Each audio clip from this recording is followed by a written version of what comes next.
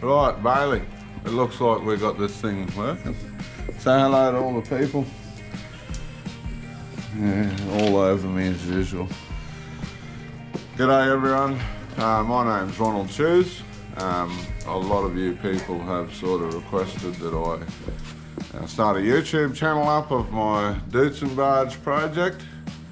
I'm pretty new to this sort of thing, so I haven't done much filming or anything of myself before. And so anyway guys, this is what we're looking at. I suppose I should probably give you a bit of a brief history. So yeah guys, a bit of a background about me. I'm 43 years old currently. The dog's annoying me again. I've got 3 children and a beautiful wife, and can't be happier about all that. I basically started using all my dad's welding gas and stuff when I was about 11, 12 year old, making things in the shed and just welding and burning and destroying stuff as much as I could. Since then I've worked on aircraft. I did a trade in aircraft maintenance engineering, and I've worked in a pump workshop, building generators, diesel engine setups and all that sort of thing, standby generators, mono pumps. Worked on plenty of motorbikes, done heaps of cars, engine conversions and that sort of thing, 4-link diff suspension conversions, and yeah, just about, you know, any modification you can think of. So got a bit of a general sort of knowledge of all things mechanical, but I'm not going to say I'm an expert at anything. Never did any uni training or anything like that. Everything that I know is basically self-taught, except for the aircraft engineering stuff taught me quite a lot of things. And yeah, now I just do what the best I can do with everything that I work on.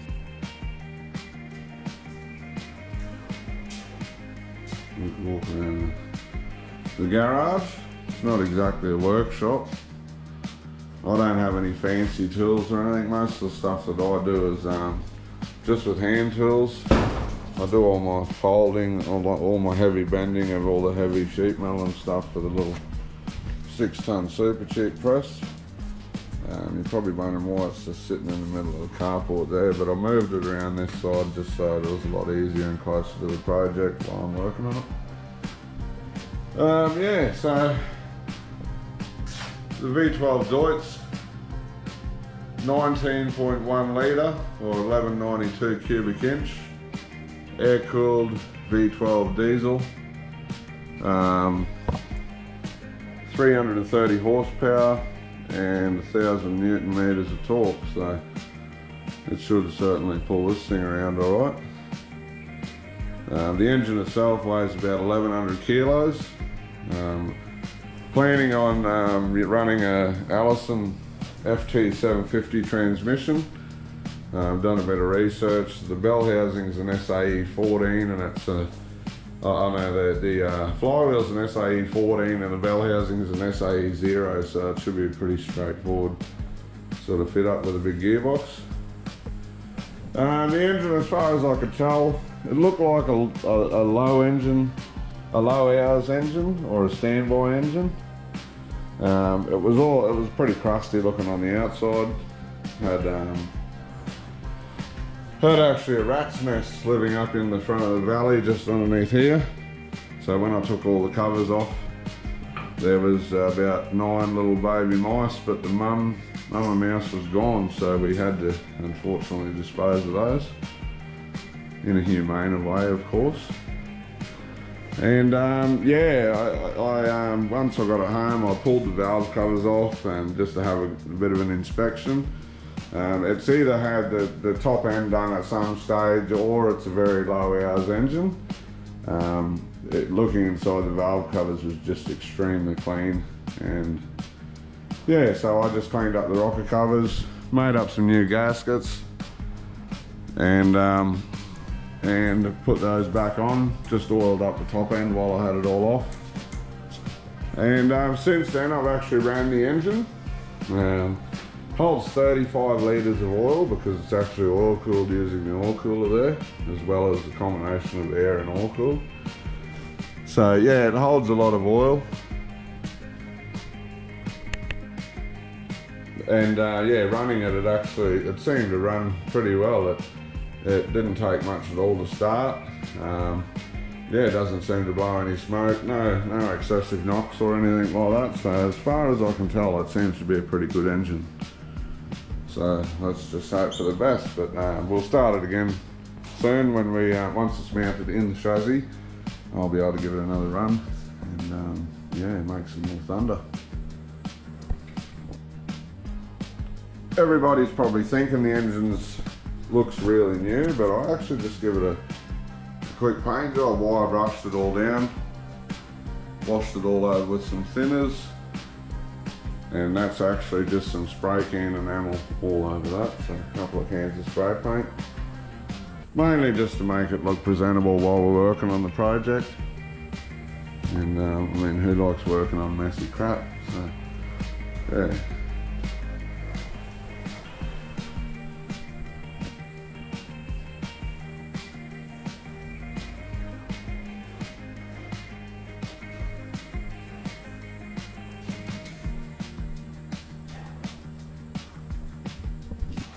So the idea behind this was, I didn't initially plan on building a giant hot rod. I sort of was looking for a Rolls-Royce Merlin or something like that. I wanted to do something exciting, you know, but I just wasn't sure. The Deutz just happened to come along. It was the right price, and I just snatched it up. I seen it for sale that night. I said to the missus, can I buy this? And she said, yep. And the next day it was on the trailer and coming home. So I didn't stuff around. I didn't want to miss out on the opportunity, and glad I didn't. So yeah. So anyway, once I got the engine home, I thought, well, what the heck am I going to do with this thing? And I thought, well, I've got to do something proper with it. I don't like doing a half job. I hate doing bitses and mismatched engineering. I can't stand it. I'd rather do things properly and make it look good. So after a couple of drawings, that's what we come up with. The Deutzenbarge. 4.5 metre wheelbase, 5.9 metres long overall, 2.4 metres wide, about 1.7 metres tall, and yeah, it should be a good little chariot to cart around the Deutz.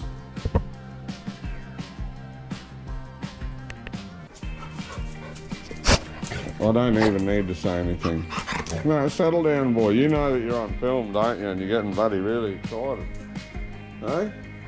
Say hello to the people. You say hello to your fans.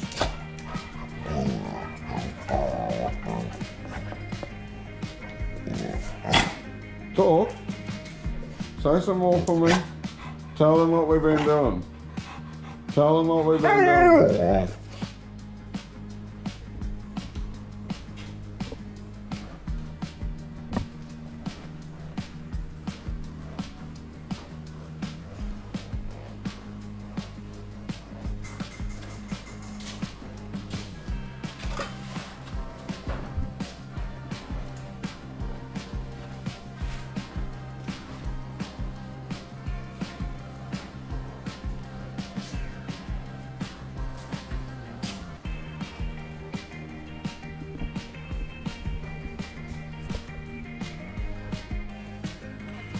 So guys, because I've already advanced on this project quite a lot, I'm basically going to go through the process of how I designed everything, how I cut all the different plates and all that sort of thing, how I managed to bend them all, just the overall engineering and design of the vehicle.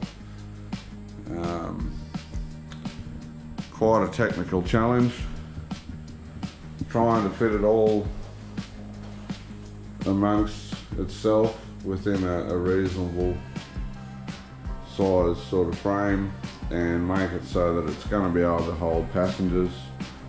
I'm hoping that we're going to be able to fit 5 people in the vehicle, but it might be a little bit tight with the rear suspension.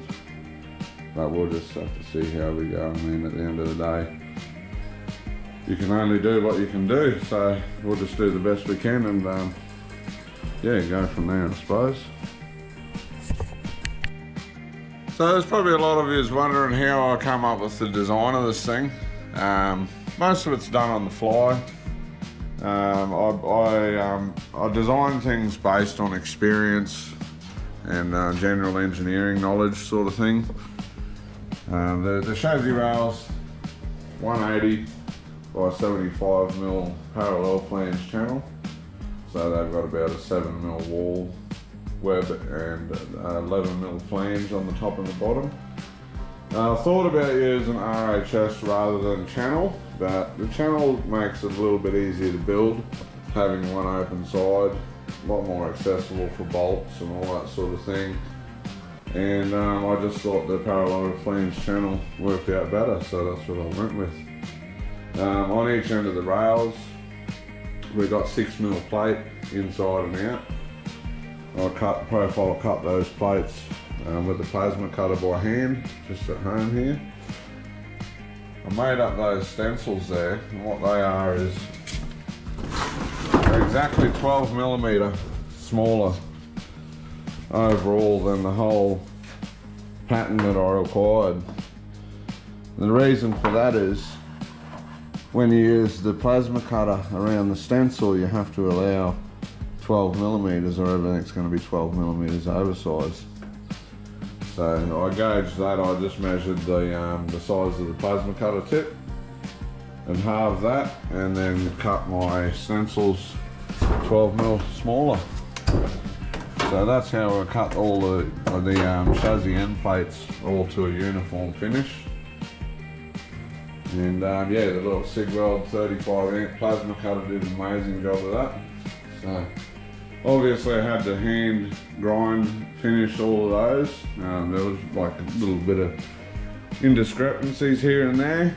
I'm not perfect with my hands, so the plasma cutting wasn't perfect straight away, but in the end we ended up with a really good result, so I'm very happy with that. Same with the front end, all profile cut as well, using the plasma cutter by hand, 6mm plate, and yeah. Get him, boy. Get him, boy. Big guy dog. See, in Australia, our Labradors, they've got a bit of kangaroo in them. Bloody things like to jump.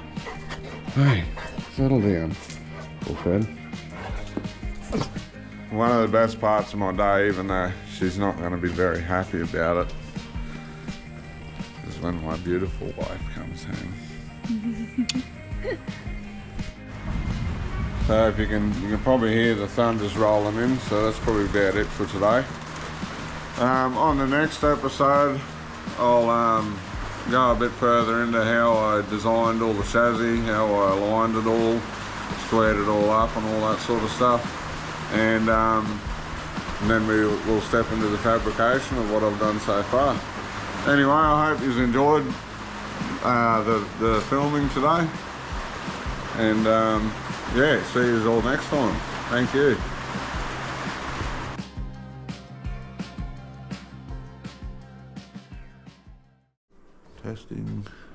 Testing. Hello. Anybody there?